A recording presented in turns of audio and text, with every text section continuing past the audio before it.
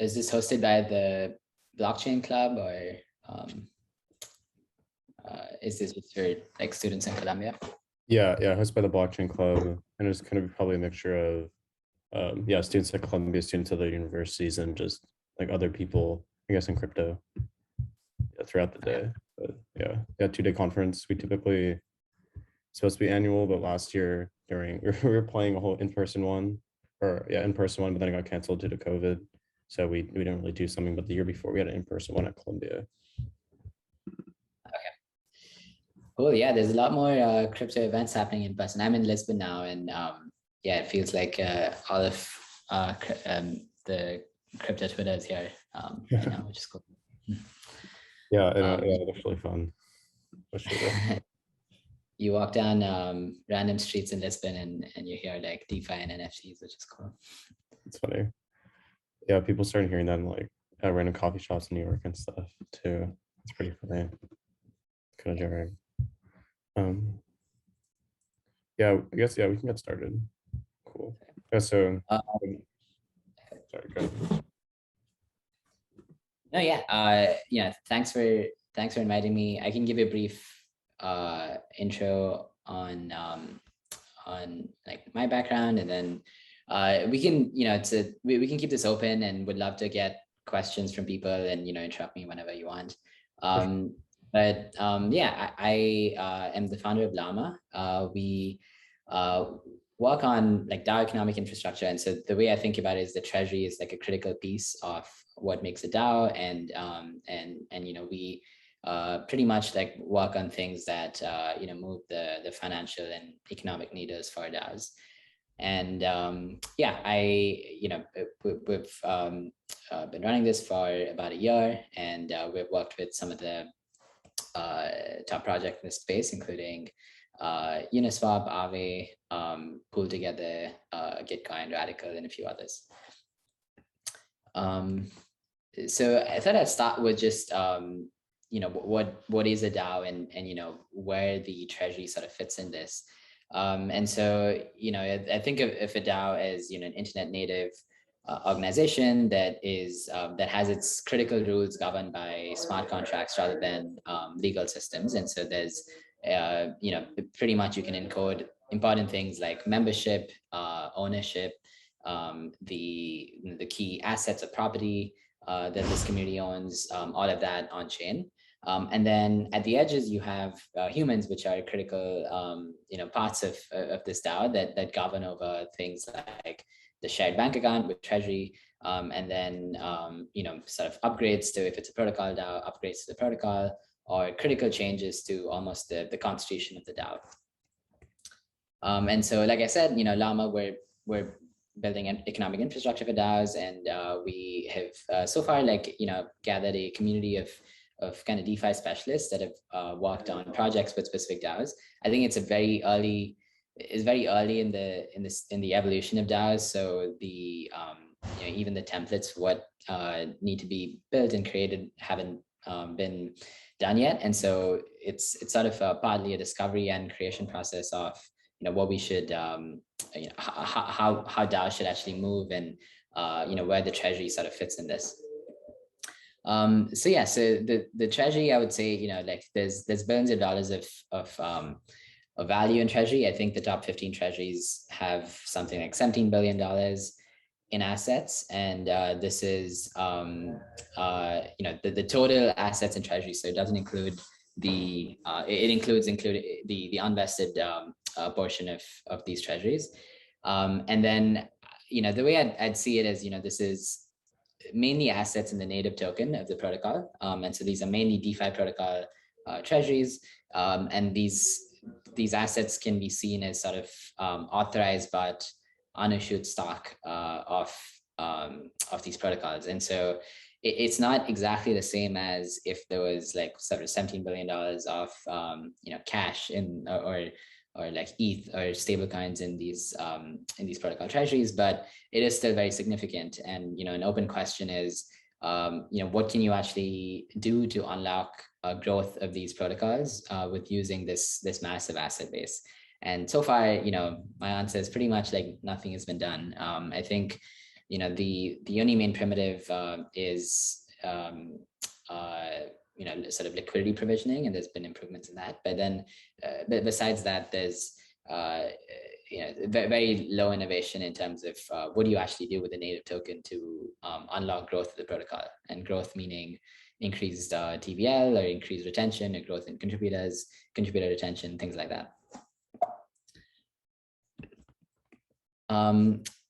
So one thing with DeFi protocols is, so if you take protocols like Uniswap, Aave, Compound, it's pretty clear that on-chain governance is quite ineffective for capital allocation.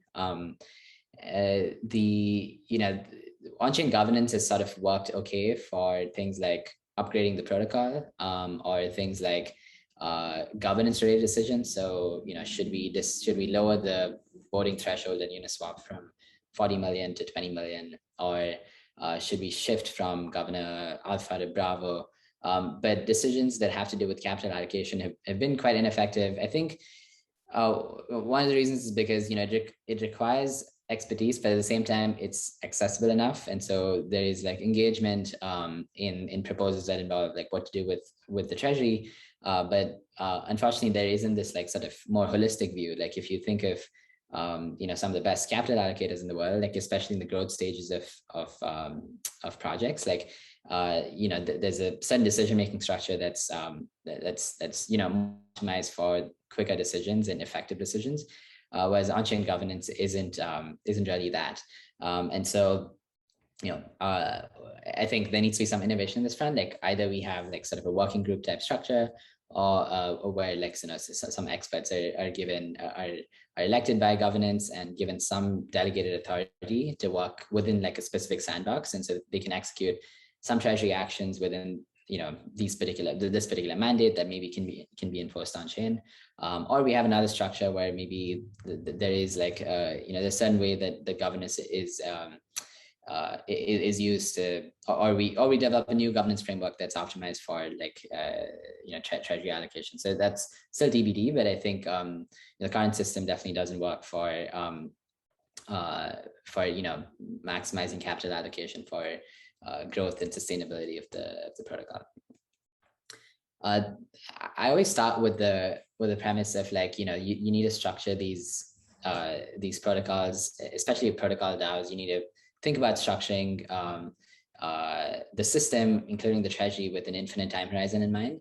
And the reason is because you want to be able to pay for contributors and pay for all the other critical expenses for development, irrespective of what's happening in the market. And so even if the native token is down 50%, you should be able to pay critical expenses for development and maintenance and growth of the protocol. In fact, you should ideally be able to increase spending when everyone else is not able to do so. And so to have that buffer is always useful. And so to think about this in terms of an infinite time horizon is I think a good place to start. There's of course like I think an argument to be made that maybe even more sufficient decentralization happens when you actually have like ecosystem development around the protocol, such that the treasury is actually not that important. And so maybe you could see like Ethereum or something as an example of this, where the Ethereum is permeated into the ecosystem so much, and there's so many developments and wallets and applications on Ethereum that Ethereum can almost just be funded by public goods of the rest of the ecosystem, and it actually doesn't need any type of treasury itself. Though of course, like there's Ethereum Foundation, they fund some critical development, and so even there's an exception. But I could see that there is a case made for like maybe extreme decentralization means you actually don't have these pool of assets to govern over at all. But I think for most protocols, you won't reach such stage, and so it's good to view things with an infinite time horizon in mind. So the way I see it is, in the beginning stages of a DAO, you're kind of in this like startup phase, and so the priority of what you do with the treasury has to do with bootstrapping liquidity. So you make sure this token has some liquidity. Make sure you can spend some basic expenses on on contributors and getting the key people funded from the DAO. And then pretty much that's it. Like, you don't want to do something too crazy. You want to make sure that you don't spending doesn't exceed income if you have any, and maybe you have a few years of runway.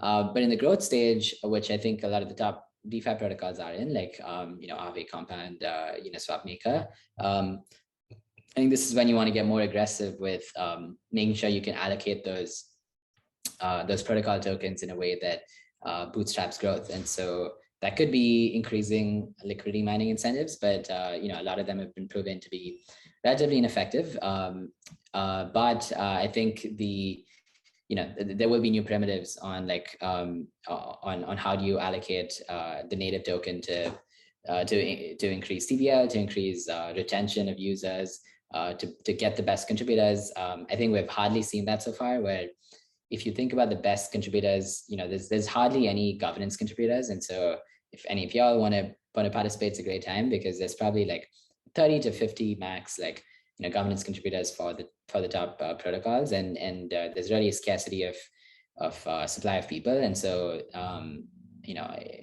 I would suggest that these protocols actually hire people full time and pay up for one or two of these governance contributors to work full time for the protocol. I think the scarcest asset today is this contributor, because sort of capital is more abundant, investors are abundant, even founders are more abundant than contributors. And so so I think it makes sense to always pay up for this. And we've not seen much of this so far. I think one reason is because there isn't the structure for how you, like an individual or someone doesn't have the authority to hire. And so going through governance may be a little scary for some people to get hired through that process. But I think it's, we need to sort of push the needle on this. And so with Aave, so I lead Aave Grants DAO. And so we've been working on what the structures are for, we want to hire people at a risk DAO, for a developers DAO that works on core development at Aave. And then we of course have the grants DAO, and what's a way to make sure these people are accountable to governance and to the community, and can be hired from the community, but still have latitude to move quickly and to innovate and to make mistakes that aren't too costly. And I'd say the third phase is sort of the maturity phase, and this is when you want to do things that kind of have more financial sort of value. So maybe the protocol starts earning sufficient income, and maybe you give back some of that to token holders with kind of an equivalent of a dividend issuance, or you sort of buy back tokens, or maybe you get into more interesting early stage investing with other DAOs, or you try to maybe get back. You could do this in the growth stage too, but maybe you try to get back value from Aave tries to get back value from other Aave clones on other chains, and there's some way to tie an economic value back to Aave protocol and Aave token holders, or acquire them at an early stage. Acquisition is an interesting topic, because it's when everything's open source, you don't actually acquire anything. You kind of, the way you do it is by acquiring communities, and acquiring is not the right word. It's more sort of collaboration and merging, and it's a Yearn has done this well, where anytime a community has had a significant hack, when Pickle had a hack, they sort of made sure they collaborated with the community, and just made sure they got them on board to sort of have this alliance between two communities. It's more like alliance formation of nation states rather than sort of corporate mergers. But I think more projects will do this and get more strategic about it. And you could do a token swap between two treasuries as a symbol of this kind of merger between these communities. But the token swap is symbolic for more participation in each other's governance, for product integrations, and for things like that. So yeah, I think you'll see some more of this. Like I've been interested in Gitcoin and Radical. Radical is this peer-to-peer code collaboration that's kind of a decentralized GitHub, and there's reasons why Radical's decentralized identity is quite interesting for Gitcoin's like public goods funding system, and so some type of swap between them could be interesting, and I've been chatting with both those communities about that. So there's always scope for sort of mutually beneficial projects to collaborate more. I'll actually stop here for a second to see if people have questions, and then I'd love to get a little away from protocol DAOs and talk about the longer tail of DAOs and the more like sort of social and community DAOs and how the economics like plays in there. But I'll stop for a second and then we carry on.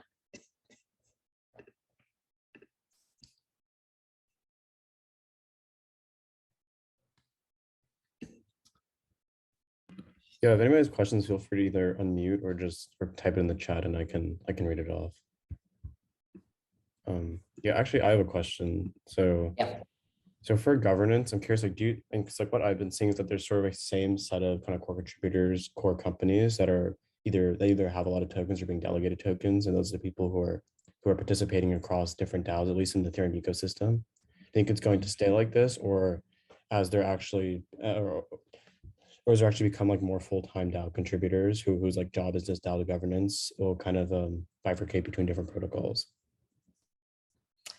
Yeah, I think it's a good question. I think there's two forces. There's you can gain sort of governance and economic power in a protocol by like buying tokens. So like think of the investors, the team. The team is getting it from doing work, and so the other side is you get power by doing work, and you have a say in the network by doing work. And so I'd say that the second force will get much more prominent and powerful as we develop systems that that are beyond this like one token one vote system. And so with Aave, like one of the things I'm trying to do is search for ways to say decentralize the grants program. So we've funded 37 grants, like I think distribute over $1 million.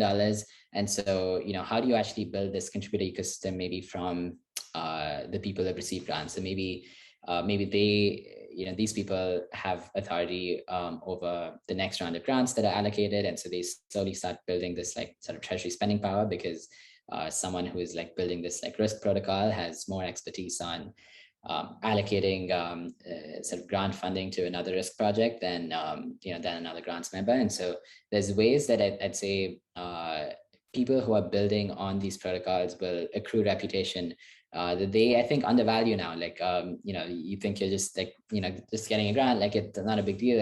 I think it would be a big deal. And so the early sort of contributors in these projects will, I think, acquire a lot of reputation and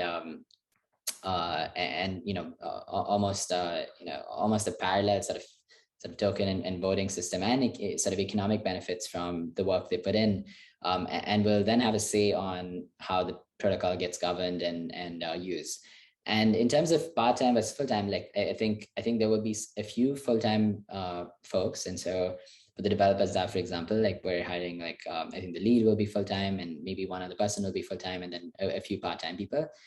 It really depends on the structure of the work. And so some work does require like focus for one project. I think there's always compounding benefit to focus and just working on one project. Right now in crypto, there's the default is sort of working for many DAOs, which I think is really cool, because you actually it's very human, like to not be tied into anything, to actually be flexible.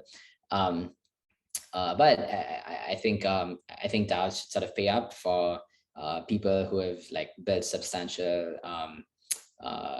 sort of reputation and done enough where they should just kind of pay up to hire them full time, and especially when their missions are aligned with the DAO.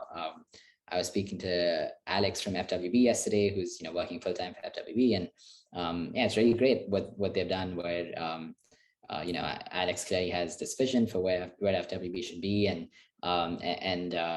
like there is, there might be other opportunities, but of course he connects with the mission of FWB and with the people there, and there's something that sort of he's built in terms of compounding of that vision and the reps and the community ecosystem, where it'd be hard to sort of replicate that elsewhere. So so I think you kind of have it's going to start off with the large protocol DAOs. It's going to start off with seeding with some of the grants programs. I think some of the newer protocols like Rarity Capital and Fay have been much more flexible with how they've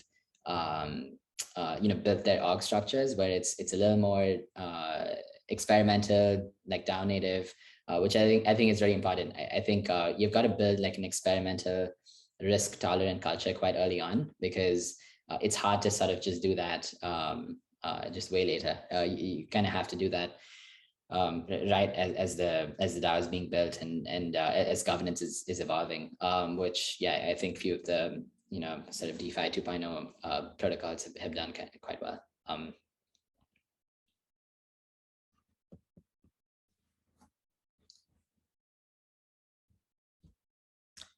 Cool. If that's it, I'll probably just chat a little bit about some of the things I think I see with the more community sort of social token oriented DAOs, and FWB is one of them. You could think of a lot of the NFT communities as these, like Seed Club, Forefront, Nouns DAO, and sort of communities that emerge out of Loot and CryptoPunk holders. And I think in these, I think this applies to DeFi protocols too, where I think community and is the primary competitive edge and moat of a DAO. And the reason is because code is kind of forkable and open source, and everything else is replicable. The reason why, in fact, you can also just issue, I can create a uni token, right, on Ethereum, like sort of things are permissionless. So you can actually, there can actually be many uni tokens. They can actually be sort of many Uniswap protocols. There can be replicas of all these things.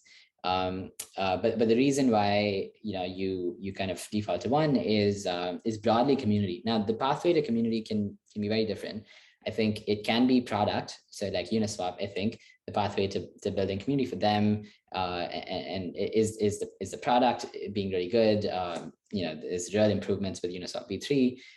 Swapping, they just made a simple like sort of UX in that just unlocked this whole bunch of value with pooling liquidity and swapping over the last year and a half. And I think that the sort of value that comes from Uniswap is this product leading to now people and devs like building on Uniswap.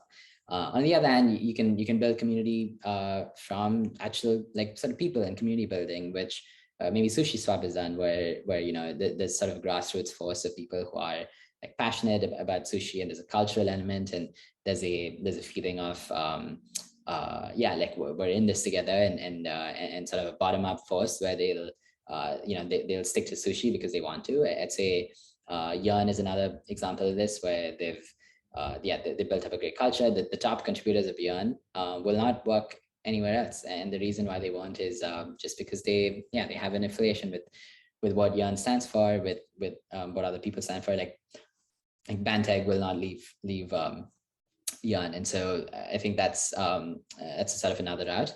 And of course another one is sort of the more like sort of cultural and the element of maybe FWB has this where it's cool, and there's sort of a cultural force that leads the community being built around that.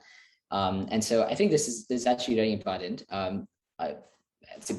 Below community, there's this feature of contributors, which I think is the most essential unit of the community, and retention of contributors, which is the hardest. I think attracting contributors is actually easy because that's the nature of a DAO. Anyone can just sort of come in. There's a lot of fluidity with contribution and collaboration. But what's much harder is retention. And so why should someone who's like built, actually built up a reputation, continue to work for this DAO when they can work for 5 others, or they can, they sort of have a better offer somewhere else. And the reason, there might be a lot of reasons. Like one reason is the mission and the purpose and the friends you make there and all of that. But the other reason, which I think is like hardly explored, is sort of the economic activity within this DAO. So like if you think about the DAO itself as this country, and you can like the economic activity within the country, like the spending between members of the DAO in the native token. So with FWB, that there's like how much do people actually give FWB to each other, and pay, start businesses for FWB members, or get funding from other FWB members, or tip each other for like hosting an event, things like that. And it's pretty much, yeah, like the analogy would be a country where like if I had to come to the US, like there's an immigration policy, and so there's a way to maybe vet people, and after that immigration policy, then you can come into the country, and there's some rules. Maybe there's some zoning restrictions, but I can just go and do whatever I want. There is a certain freedom. Like I can go and say start a restaurant, assuming it's falling within this particular zoning restriction. Maybe there's some basic permission I have to get, but there are rules, and there isn't like this central person. The president isn't telling me whether I can or not do this, right? Like there are just rules in place, and then I just go and do it. And so similar to a DAO, where the DAO is kind of attracting these people. There's an immigration policy for the DAO, and then people come in and they kind of just like set up shop, or they make friends, or they kind of increase their prosperity, and there's a way that what the DAO facilitates and what the leadership facilitates is that the sort of the constitution, and maybe the basic rules of what this community should be in. And so maybe things like maybe FWB has a taxation policy on like how much members pay, and that's what governance decides on. And FWB governance decides on who the mayor and the key people should be. But besides that, everything else is really decentralized. And so you just have like people making product decisions, or people making other sort of community like event decisions, pretty much without like sort of central like top-down hierarchy. And I think that's actually a very cool vision for the DAO that we're exploring, where what does it take to actually build the infrastructure for this to happen much more easily, where you can actually have a bunch of sort of these community-run DAOs form their own economies and increase their GDP within the DAO, as well as like think about relationships with other DAOs. And so kind of import export policies, and like ways that you can form alliances with different projects if your DAO is in trouble, like another DAO comes in. I think that's a really like interesting place the DAO is going. It's still like early and a little futuristic, but like it's something that I think like over the next maybe 3 to 5 years, it's hard to predict with crypto timing, but I think that's an exciting place that some of these communities are going, where they if you know that I can come to this DAO and by staying in, I'm sort of able to increase my like reputation, my net worth, and all these other things. Like maybe there's a reason for me to continue to stay here and not leave. I think one example again of this community being a really critical piece is FWB had this token. They had this older token, and it was a lot of it was kept in this company called Roll, which was hacked. And so the token price like fell down, I think like 90%, and the valuation of FWB was something like 90 million, and it fell down to I think 5 million or 2 million or something. And FWB then issued a new token. And so they just said like the previous token is just null and void, and we just issue a new token. And there was this trust that the new token is what the token that everyone believed was acceptable. And then the new token started at like $2 or $5 million, but then now it's back to $100 million or so. And so I think there's something about like the community isn't hackable. You can hack other things, but you can't hack the community. A strong community is really powerful. And so if contributors don't leave, if key people don't leave, then the DAO is basically like kind of unstoppable. And so you want to get to a place where that is the case. And one way to get to that place is by sort of increasing the economic activity and the interrelationships between these different people in the DAO. Anyways, like, I love to sort of chat about this. If anyone has, questions, either now or later, you can reach me on Twitter. It's hello Shreyas, and or you can follow Llama at Llama Community. But we'd love to hear anyone's ideas in this, or if anyone's building something in this space.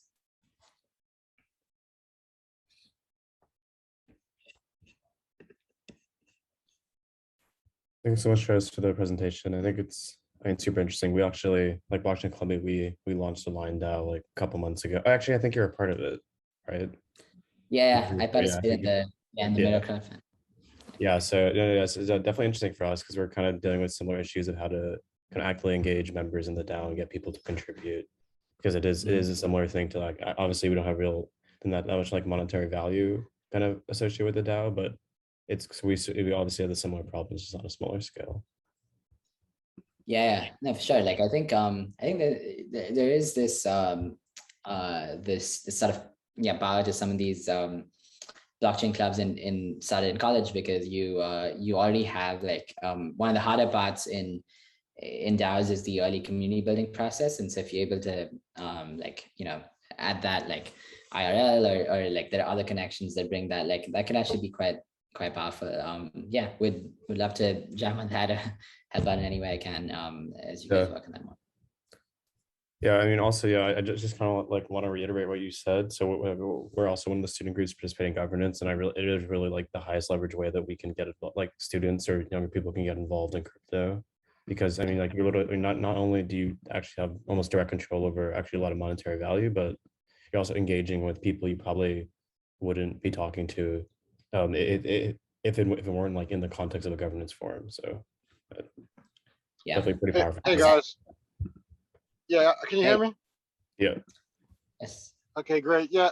So interesting conversation so far. So yeah, we've started a project around crypto education. So we're trying to create a simulated experience for folks to learn about the crypto environment. And what I find in trying to get into some of the established DAOs is if you're the new guy on the block, it's kind of hard to penetrate and get in there to kind of insert some of these ideas. So what we're trying to do is kind of essentially, like you're discussing, is establish a functional community around this idea of crypto education, because we're trying to support adoption and achieve social impact for folks, the bankless community that don't have access to the financial infrastructure, and educating them how they can utilize crypto, to participate in the global economy, but do it in a way that is a little bit more interactive than some of the static learning experiences like videos or reading stuff. So what would your suggestion be to kind of get into a community with a project like this and actually I guess have effective engagements? Yeah, first, that's awesome. Like, really cool you're doing that. And yeah, I think especially with some of the larger DAOs, it might be harder, though. I would recommend sort of the grants programs is a good way to just get an initial foothold, because it's a less like intimidating process when you go through a grants group versus like going directly to governance or something, or discards, which can be a little intimidating sometimes. Yeah, in terms of like suggestions, I would say focusing on like one community or one or two communities is really important.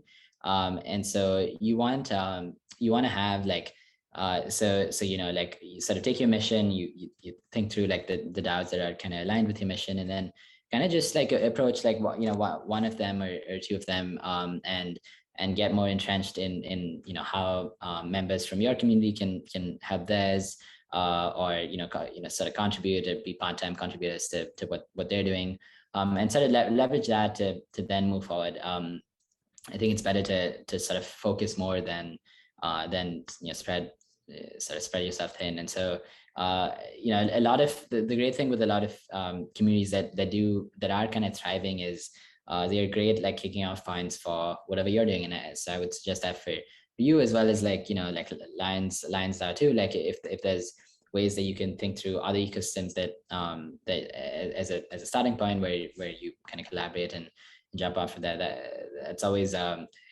useful. So I'd say that. And then if you think anything you're doing is, I would look through the Aave grants, Uniswap grants, compound grants websites, and see if there's something that that you think either your members or this group could fulfill, and maybe if relevant, like apply for a grant, or feel free to reach out to me too. Happy to jam or make intros or something if I can. Awesome, thanks for that. Yeah. One question I actually had, Alex, like, what would you say are some of the, as you guys participate in governance, like what are some of the main issues that that you face, or what's the and also just curious about the process, like how are decisions made when you're when you're deciding on a vote for Uniswap, or you're making a proposal or something. Sure. Yes, I can talk about process briefly. So like currently it's basically like once there's a proposal, then myself and some other board members discuss it. But what we're really trying to do this year is get non-board members interested in governance also join in on the participation as well, because we do have the token weighted, kind of like we can vote a snapshot, for example, with the Lion tokens from Lion DAO. We might use like a general referenda just from different people in the DAO to kind of get a sense of what people are thinking and then incorporate that into our decision making. But in terms of pain points, yeah, it's probably, and for us, it seems to be, one, it's a mixture of like, what's that, like, at what stage are proposals? I think for Compound, it's a little clearer, but for Uniswap, it's kind of sometimes hard to like know where, like where in the governance timeline is it? Because just because Uniswap, it's like this I think it's like a 4-stage process basically until you have an on-chain vote. So I think like that's one issue. Another thing is kind of deciding like, whether or not we should actually weigh in and if we're contributing something new. Because what I see also is a lot of the governance discussions seem to be, unless it's contentious. So for contentious ones, like we have voiced our opinion. So for like the DeFi education fund, for the one that ended up getting canceled with I think Flipside crypto. So for like those, it makes sense for us to actually say something, I think. Like for the more kind of like everybody agrees. Yeah, it's always a question of like should we like write anything in the governance forum? Also kind of what's kind of the best place to like share thoughts? Is it Twitter? Is it on the governance forum? Is it both? So just trying to balance those, I think. Yeah, that was interesting. I think it'd be cool. Like what's most interesting is to get more sort of innovation out there through governance, right? And so if there's some way to actually like push the protocol forward and to grow it, would be cool. And so a lot of ways that governance is sort of used is a little more political, which like there's definitely a use for that, which is kind of debate and discussion really like on important issues. But there's also like one element of like how do you